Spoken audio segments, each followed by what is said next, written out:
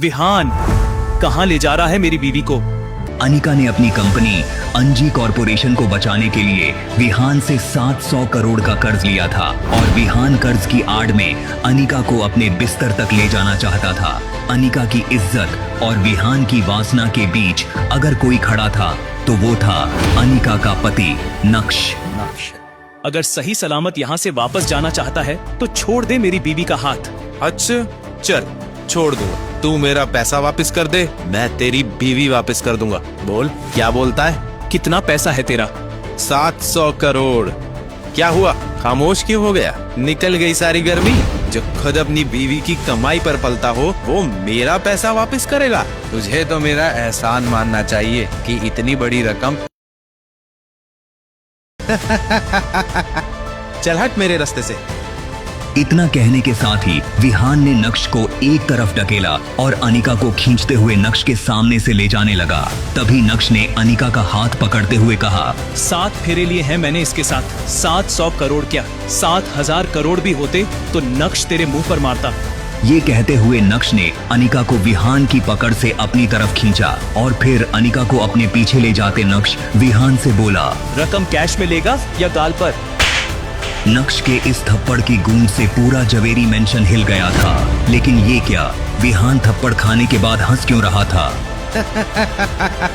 घर जमाई को बुरा लग गया। 7000 करोड़ की बात कर रहा था और जेब में 7 रुपए भी नहीं है। विहान अबे चुप, तेरे थप्पड़ की गूंज तो खत्म हो गई, लेकिन जो थप्पड़ मैंने तुझे मारा है उसकी गूंज सालों तक तेरे कानों में गूंजती रहेगी। या नक्श करेगा इस कहानी में अब एक नई शुरुआत। वैसे इस घंटे के ठीक एक दिन पहले इसी जवेरी मेंशन में हुआ था कुछ ऐसा जो किसी ने सपने में भी नहीं सोचा था।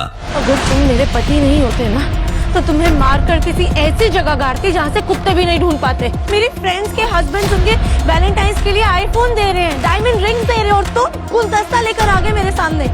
शर्म नहीं आई तुम्हें? एक्चुअली शर्म मुझे आती है तुम्हें अपना पति कहने में। अनिका ने अपने पापा के कहने पर नक्श से शादी तो कर ली थी, मगर जब उसे पता चला कि उसका पति कोई अमीर बिजनेसमैन नहीं बल्कि झोपड़पट्टी में रहने वाला एक गरीब लड़का है तो उसकी आंखें फटी की फटी रह गई। फिर अनिका ने ये शर्त रखी थी कि घर से बाहर किसी को पता न चले कि नक्श उसका पति है। नक्श उस घर में घर जमाई बनकर रहता था, लेकिन वो सिर्फ एक नौकर ही था। सब उसे जलील करते रहते, ना तो उसे घर में ठीक से खाने को मिलता था, ना ही उसके लिए कोई कमरा था। कभी कालीन पर तो कभी वो कुत्तों के कमरे में सो जाता। अनिका ने अपने दोस्तों को ये कहानी सुना रखी थी कि उसकी शादी विदेश में हुई है और उसका पति लंदन में एक बड़ा बिजनेसमैन है। लेकिन जब उसके दोस्त अपने पति के दिए हुए महंगे तोहफे दिखाते तो अनिका अंदर ही अंदर जलन से भर जाती थी। 2 दिन है तुम्हारे पास, इन 2 दिनों में कम से कम मेरे लिए 1 लाख का गिफ्ट तो ला सकते हो ना? ठीक है, अगर तुमसे इतना भी नहीं हो पाए ना तो किसी ट्रेन के आगे जाके खड़े हो जाना। कम से कम मेरा पीछा छूटेगा, तुमसे छुटकारा मिलेगा मुझे। अनिका, लेकिन मैं इतना महंगा गिफ्ट कैसे दूंगा? मैं तो इतने पैसे भी नहीं कमाता, मैंने लाइफ में इतने पैसे नहीं देखे। तो ये सब चीजें तुम्हें मुझसे शादी करने से पहले सोचनी चाहिए थी। किस तरह के मर्द हो तुम जो अपनी वाइफ की डिमांड्स ही पूरी नहीं कर सकता? 2 दिन बाद वैलेंटाइन के दिन नक्श अनिका के पास आया और उसे एक गिफ्ट बॉक्स दिया।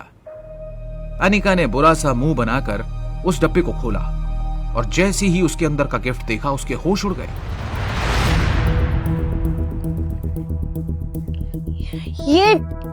ये तो जिमी शू सैंडल्स है ना? कम से कम भी 10 लाख के आते हैं। तुम्हें ये कहां से मिले? एक्चुअली ये ओरिजिनल नहीं है, ये ओरिजिनल की कॉपी है। मैंने मार्केट से खरीदे हैं, नकली हैं, लेकिन वो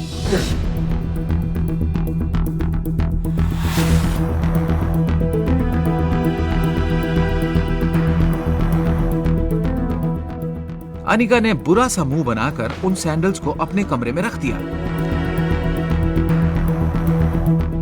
लेकिन सैंडल्स की क्वालिटी देखकर अनिका को नक्श पर थोड़ा शक हुआ, क्योंकि वो सैंडल्स एकदम ओरिजिनल लग रहे थे।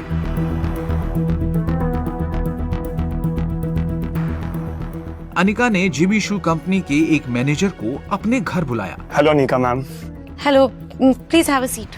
बताइए मैं आपकी कैसे मदद कर सकता हूँ? एक्चुअली मुझे आपके ब्रांड के इस मॉडल के बारे में पूछना है।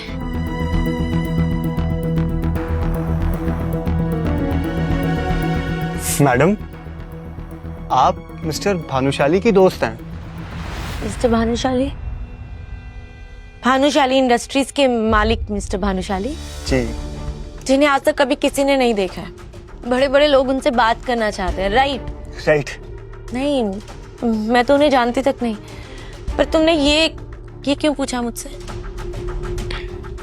मैडम, आपके पास ये जो मॉडल है ना, ये स्पेशल एडिशन सैंडल्स हैं।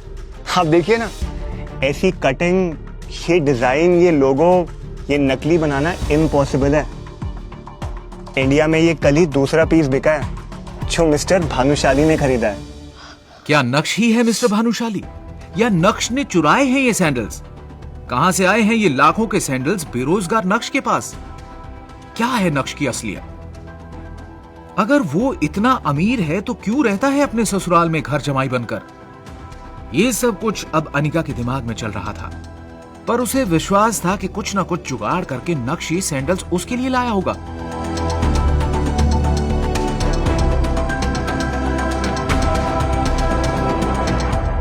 नक्श! नक्श! मम्मी, ये नक्श कहाँ है? कब से ढूंढ रही हूँ उसे। एक तो जब इस आदमी से काम होता है ना, तभी गायब हो जाता है। मैंने सोचा था उसे अपने साथ ऑफिस लेके जाऊंगी, लेकिन नहीं, महर्ष घर पे ही नहीं है। नक्श! अनिका, कहाँ थे तुम? वो मैं ये सब्जी लाना, घर का झाड़ू पोछा करना, इसके अलावा भी और काम है दुनिया में। लेकिन देखो, मैं तुम्हें आखिरी मौका दे रही हूँ। चुपचाप मेरे साथ ऑफिस चलो और वहां चल के काम करना शुरू करो। घर पे बैठे बैठे कामचोर हो गए हो तुम। अब रखो इसे, चलो मेरे साथ, मैं लेट हो रही हूँ।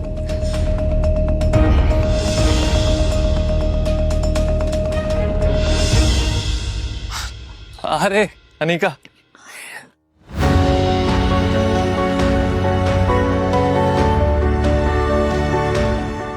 तुम्हें पता है ना, तुम्हारे इंतजार में मुझे 1 मिनट भी 1 घंटा लगता है।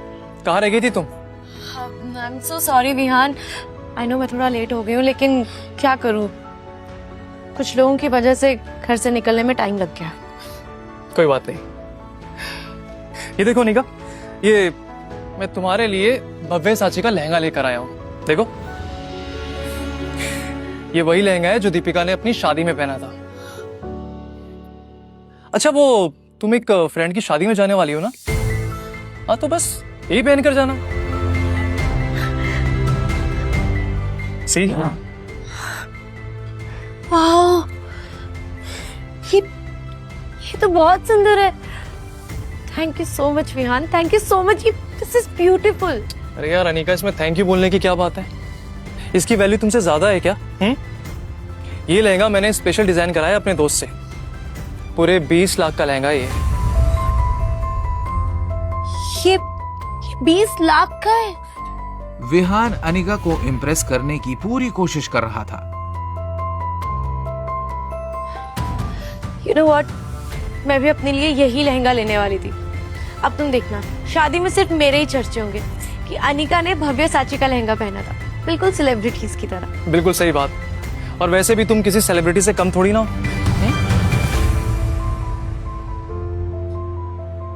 अनिका,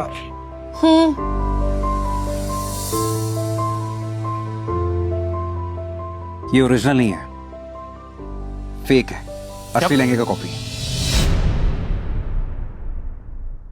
क्या बकवास कर रहे हो तुम? हाँ, वैसे तुम्हें देख के लगता है कि तुम्हारी औकात एक शर्ट खरीदने की भी नहीं है। कभी भव्य साची का नाम सुना है? जो तुम बोल रहे हो कि ये लहंगा नकली है। अनिका, असली लहंगे में सिल से काम हुआ है। और इसका फैब्रिक देख रही हो कितना हल्का है, डिजाइन भी अलग है। और ये देखो, भव्य साची, इसमें B कैपिटल में है, लेकिन ओरिजिनल में B स्मॉल लेटर में है। ऐसे लहंगे मार्केट में 5-5 हजार के मिलते हैं। अनिका ने जब ध्यान से देखा तो वो सच में नकली लहंगा निकला, और ये देखकर विहान भी चुप हो गया और अपनी सफाई में कहने लगा। हाँ, मुझे लगता है कि मेरे दोस्त ने मुझसे झूठ बोला है। अनिका, मैं उसको छोड़ूंगा नहीं। मैंने तुम्हारे लिए ओरिजिनल भव्य साची का लहंगा मंगवाया था, पर पता नहीं ये सब कैसे हो गया। मतलब मैं तुम्हें नकली लहंगा क्यों दूंगा यार? ट्रस्ट मी यार, मैंने ऐसा कुछ नहीं किया है। अच्छा, वो मुझे थोड़ा काम है तो मैं आता हूँ अभी।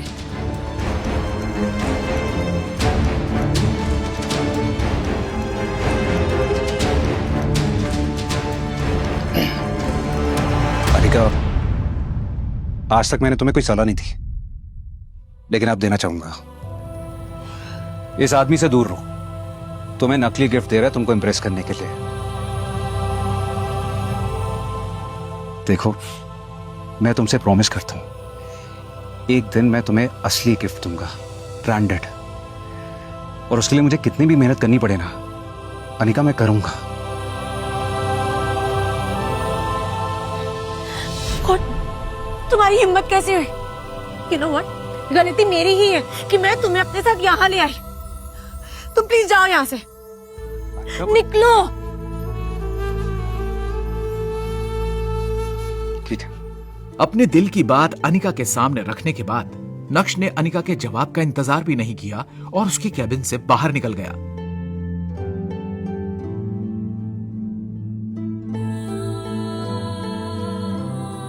ढाई साल की शादी में पहली बार अनिका को ऐसा लगा कि नक्श उसकी फिक्र कर रहा है, उसे बुरे लोगों से बचा रहा है। नक्श का ये रूप देखकर अनिका चौंक गई थी। आज पहली बार अनिका के मन में ये सवाल उठा था, कहीं नक्श को खुद से दूर रख के मैं कोई गलती तो नहीं कर रही हूँ?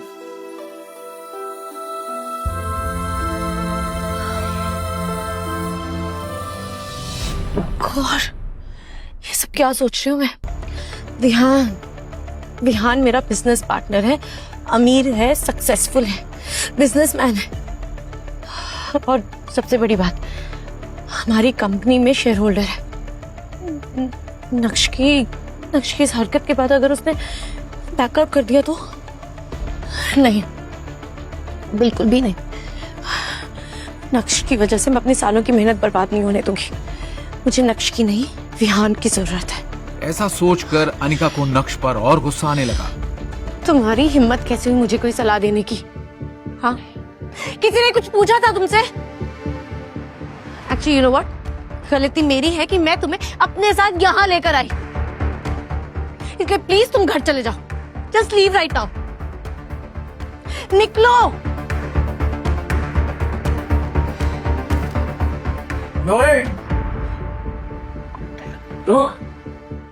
कहाँ जा रहा है?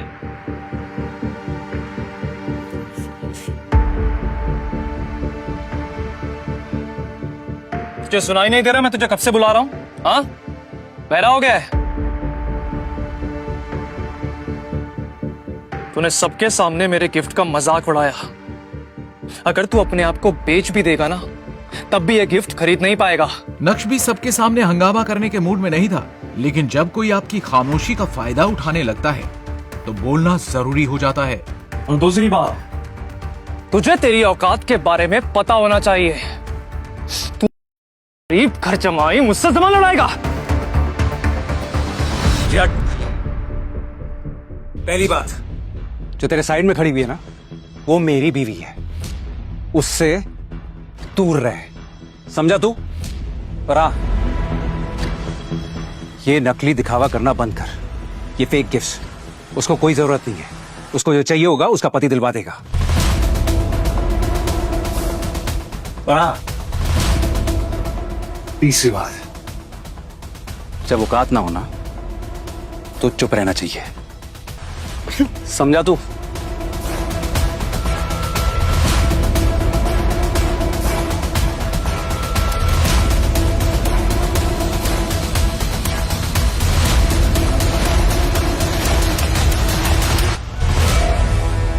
अनिका गुस्से से आग बबूला हो रही थी। उसकी जलती आंखों के सामने सिर्फ नक्श का चेहरा घूम रहा था और वो जितना नक्श के बारे में सोच रही थी, उसका गुस्सा उतना ही बढ़ता जा रहा था।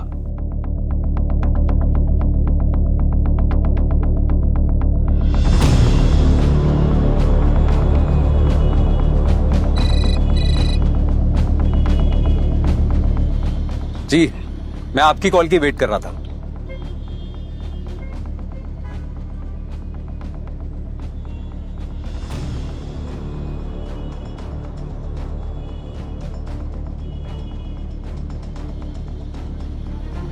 देखिए, मुझे किसी से भी मिलने में कोई तकलीफ नहीं है, लेकिन मेरी 2 शर्तें हैं। आज मुझे भव्य साची का 1 करोड़ का लहंगा चाहिए। ये काम आज होना चाहिए। और मैं अपनी दूसरी शर्त आपको व्हाट्सएप कर रहा हूँ। ये शर्त भी उतनी इंपॉर्टेंट है। ये भी काम आज होना चाहिए। Thank you. फोन रखते ही नक्श ने देखा कि उसे व्हाट्सएप पर एक एड्रेस आया था। वो एड्रेस गोल्डन पार्क सोसाइटी का था, जहां उसे मीटिंग करने जाना था। गोल्डन पार्क सोसाइटी सूरत की ही नहीं बल्कि गुजरात की सबसे लग्जूरियस सोसाइटीज में से एक थी। लेकिन नक्श किससे मिलने जा रहा है, इस बात की उसे कोई जानकारी नहीं थी। उसके पुराने कपड़े, पैर में चप्पल देखकर सिक्योरिटी गार्ड ने उसे गेट के बाहर ही रोक दिया। रुक, कहाँ जा रहा है? चल बाहर। देखिए, मुझे अंदर जाना है, मेरी इंपॉर्टेंट मीटिंग है। झूठ बोलने से पहले एक बार अपनी हालत तो देख लेता। ये देख, है? ये देख रहा, गोल्डन पार्क सोसाइटी है। यहाँ पर शहर के लोग बड़ी बड़ी कारों से जाते हैं, और तू भिखारी पक्का अंदर भीख मांगने जा रहा होगा। मैं तुझ जैसों को बहुत अच्छे से जानता हूँ। चल बाहर, चल चल। आगे की कहानी जानने के लिए नीचे दिए गए लिंक से डाउनलोड करें पॉकेट FM ऐप।